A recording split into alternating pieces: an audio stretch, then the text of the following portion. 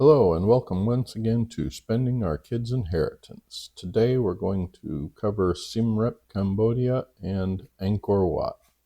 Siem Reap is the city that you'll have to use for visiting Angkor Wat, kind of the jumping off point. We really liked Siem Reap, and one of the things that we would recommend is to visit the National Museum before going to Angkor Wat. That's what we did, and we thought it was helpful because there's a lot of information that you'll read there. Kind of gives you a little bit of history and background on the site, which I felt was helpful as we wandered around the archaeological site.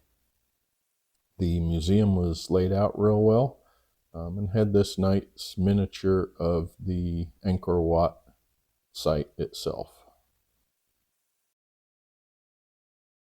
Siem Reap has a pretty lively nightlife, so if you enjoy going out to bars, drinking, or just wandering around and watching people, it's not a bad place.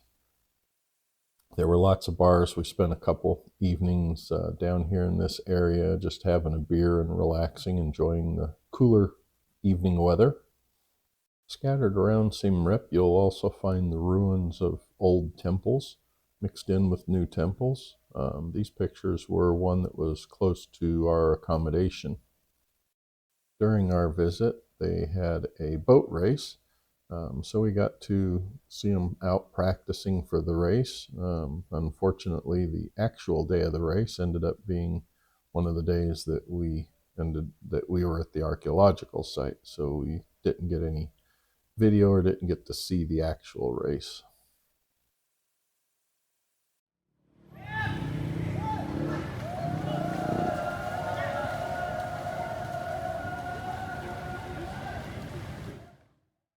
For transportation around the town, generally we went with Grab or Gojek. Gojek being popular in Asia, well, both of them being more popular rideshare type apps in Asia. But for our visits to Angkor Wat in the archaeological zone, we hired basically a private driver. Now, what we're on here is, I believe they called a remorque. So, you have your normal tuk-tuks, which I believe in front of us in this video there is, which are three-wheeled. Basically the front half of a motorcycle modified on the back end, driving two wheels. The thing that we are in is a motorcycle with basically kind of a two-wheeled trailer, giving it four wheels total.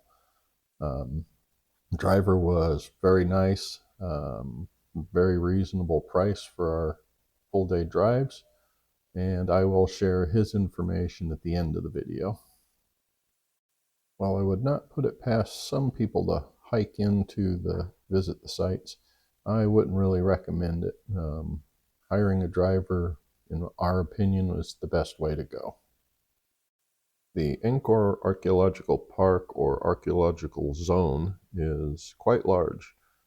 It spans a little over 400 square kilometers from what I can determine.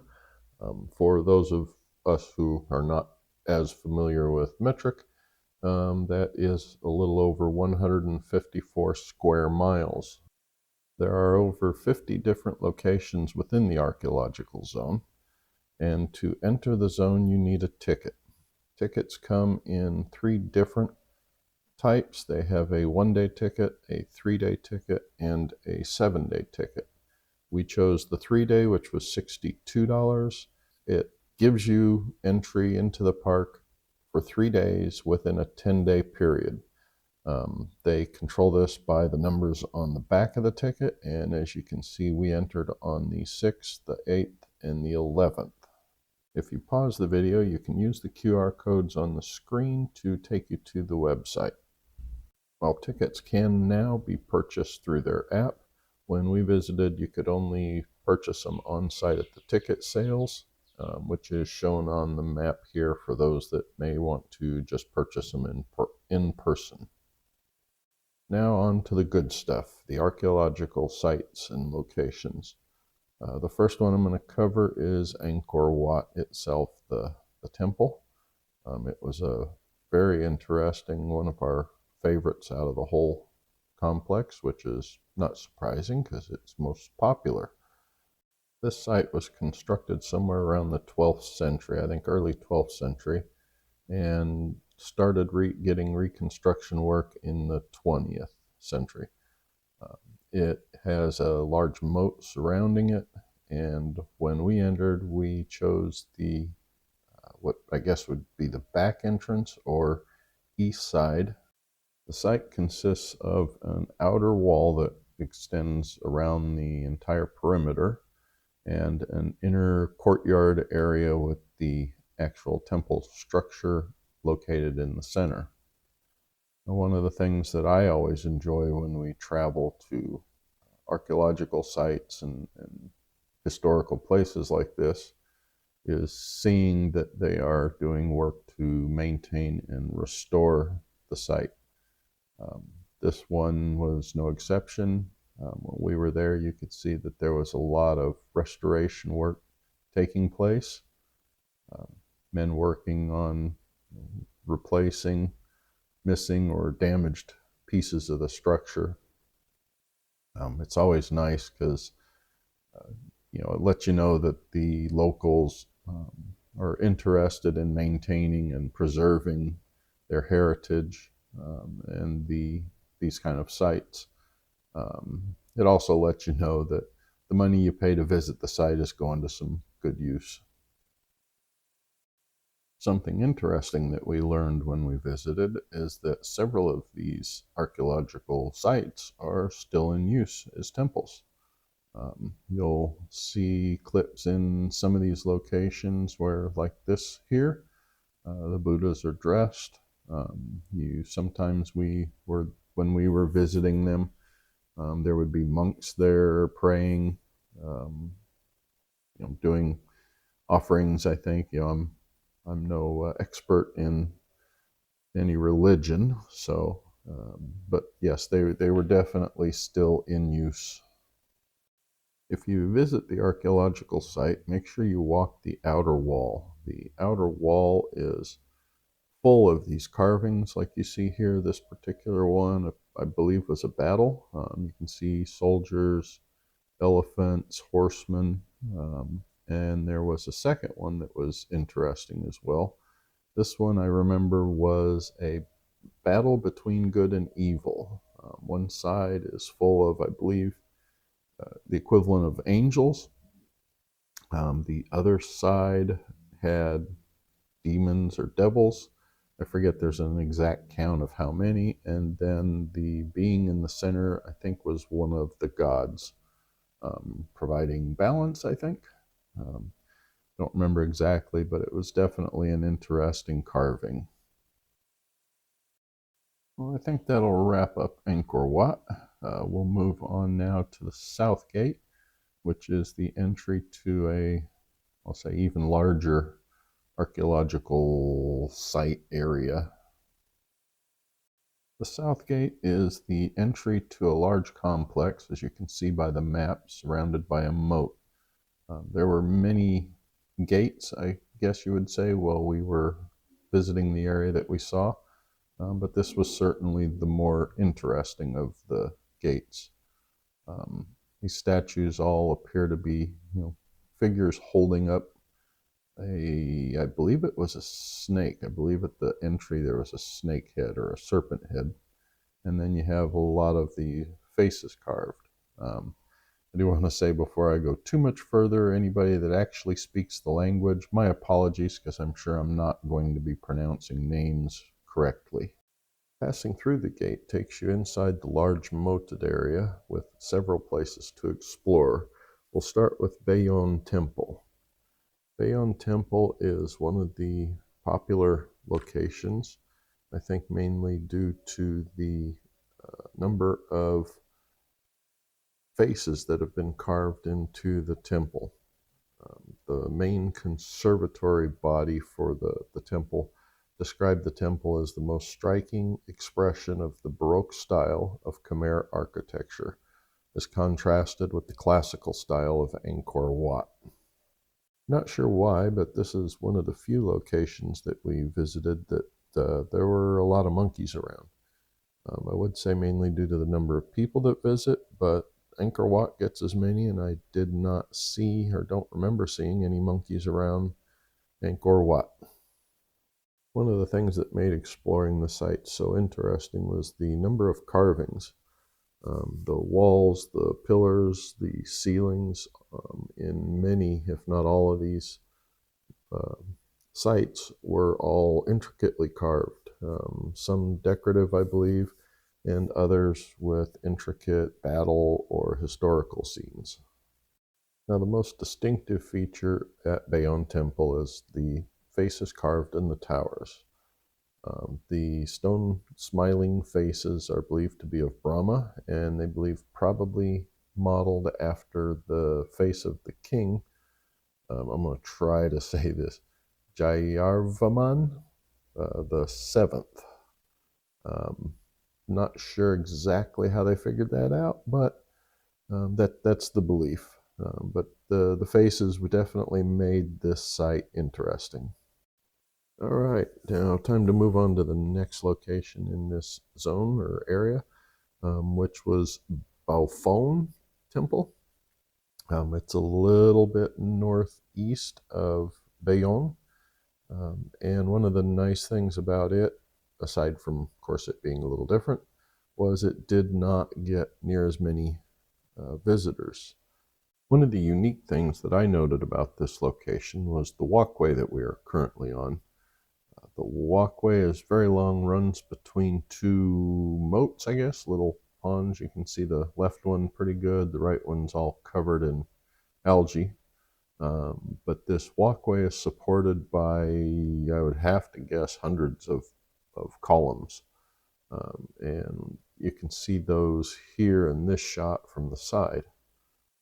The rest of the structure was, I'd say, largely average, not in as good a shape as some others, but I think one of the more interesting things with this one was reading about the restoration. And what I read was by the middle of the 20th century, due to sandy soil, a majority of the temple had collapsed.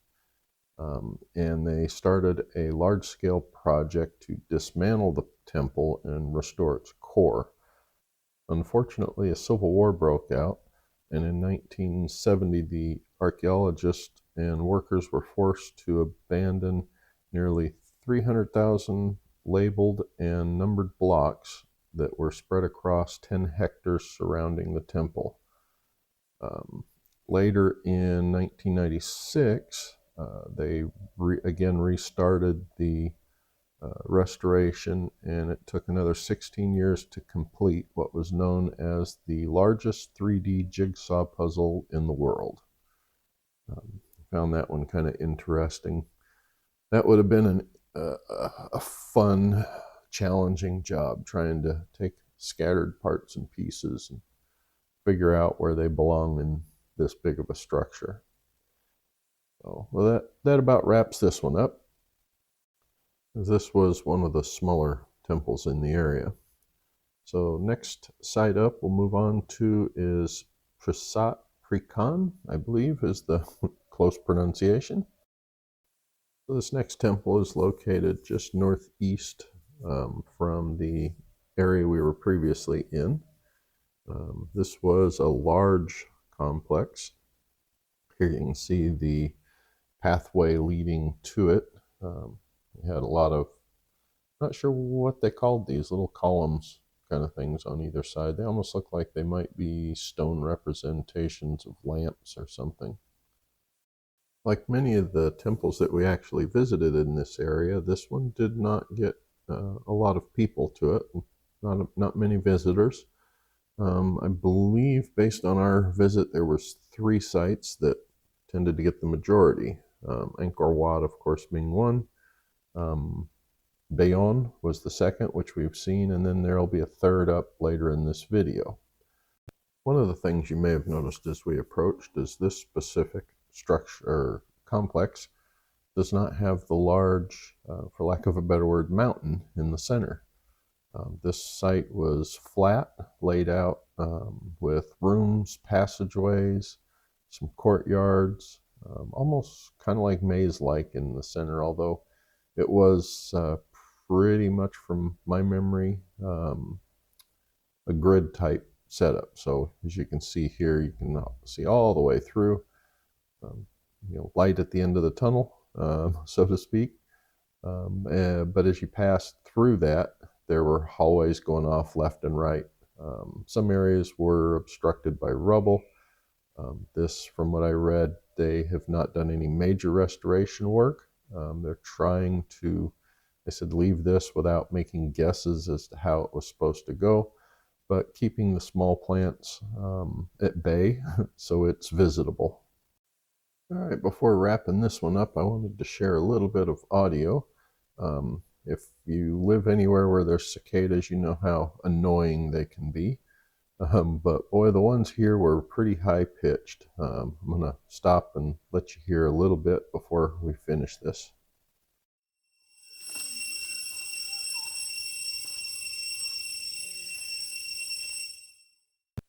I think that's about enough of that. On to our next location, Neak Pon. This next site is a really small site. It sits on an island out in the middle of one of the lagoon reservoir things that they built. The site itself was real small enough that I didn't even take any video, unfortunately.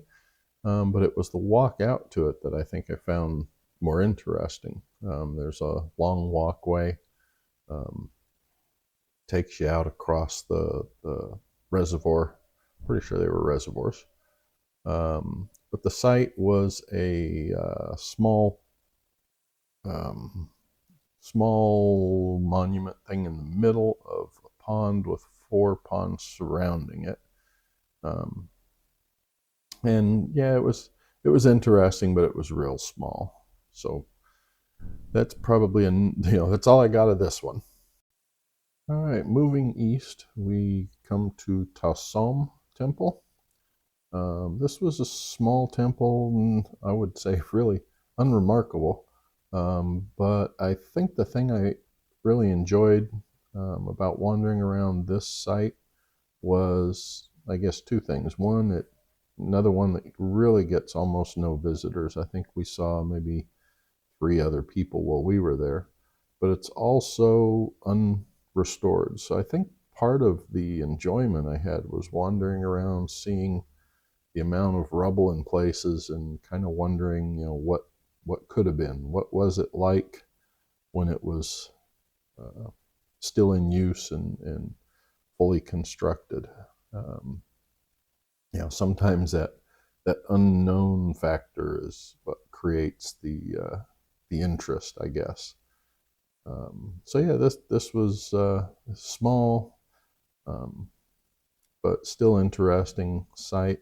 While we were up this way, we figured it was one that we would check out. Had as with most of the temples, lots of carvings. Moving on to the southwest, we find one of the 3 temples that I talked about earlier, Ta Prohm, that gets a lot of traffic. This one's also known as the Tomb Raider Temple. This is where the first Lara Croft Tomb Raider film was filmed, or at least where part of it was filmed. While the Tomb Raider shoot does make this a popular location to visit, it is also popular because of the large number of large trees that have been left standing. There's been debate as to whether to remove them or not. I do believe the plan is eventually to come in and remove them so they can do restoration work, but at the moment you have a lot of these amazing images, I guess, with the trees growing in, around, over, and through the structure. One other thing that this site has that draws attention and a little controversy is a carving. The carving appears to depict a Stegosaurus, which of course is a prehistoric dinosaur. It looks a lot like Stegosaurus. I'm going to leave it up to everybody else. I'm not going to make any decisions, but my opinion, that is what it looks like. Well, that will bring this video to a close, I think. This was not all the sites we visited in our 3 days we were in Angkor Wat, but I believe it was the highlights of each of those days. Once again, I'd like to ask everybody, if you enjoyed the video, please give it a like. Follow us if you enjoy what we're doing.